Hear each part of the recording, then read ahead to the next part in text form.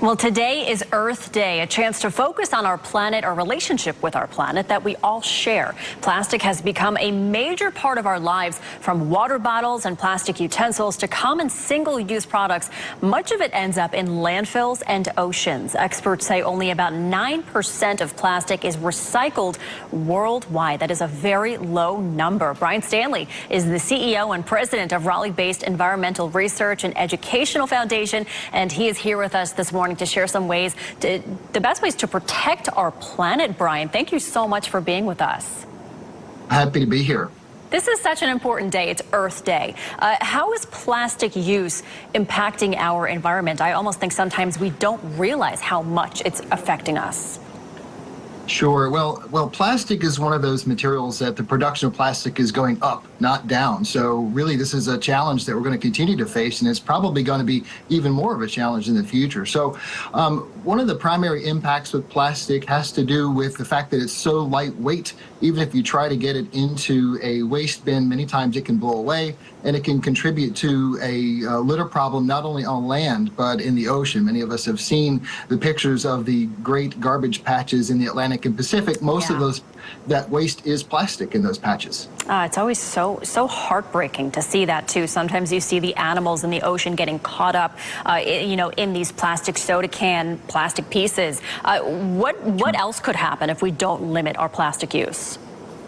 Well, interestingly, there's some new research out that suggests that microplastics, these are tiny little particles that can enter the air, that can enter our water as plastic is littered. Ultimately, that can end up in our bodies, and currently the health impacts of microplastics in our bodies is unknown, although microplastics have been detected in the bloodstream of some humans. And so there are some long-term things that we want to be monitoring and be aware of when it comes to plastics. But certainly, plastics are derived from a non-renewable source. This is a fossil-based product that we make plastics from. And so certainly from a sustainability standpoint, that's not the best option, is to use something that we know will ultimately be depleted and not be there anymore. So what are some ways that we can reduce our plastic use? What can we do? So the first thing would just be if you can be mindful of your purchasing habits. If there is an option where that packaging is not made out of plastic for your favorite item that you might want to purchase, select that. Reusable containers are always a win. Certainly beverage containers are the most visible, but even if you're taking your lunch, for example, to work, using resealable, reusable containers that you can bring back, wash, and use again.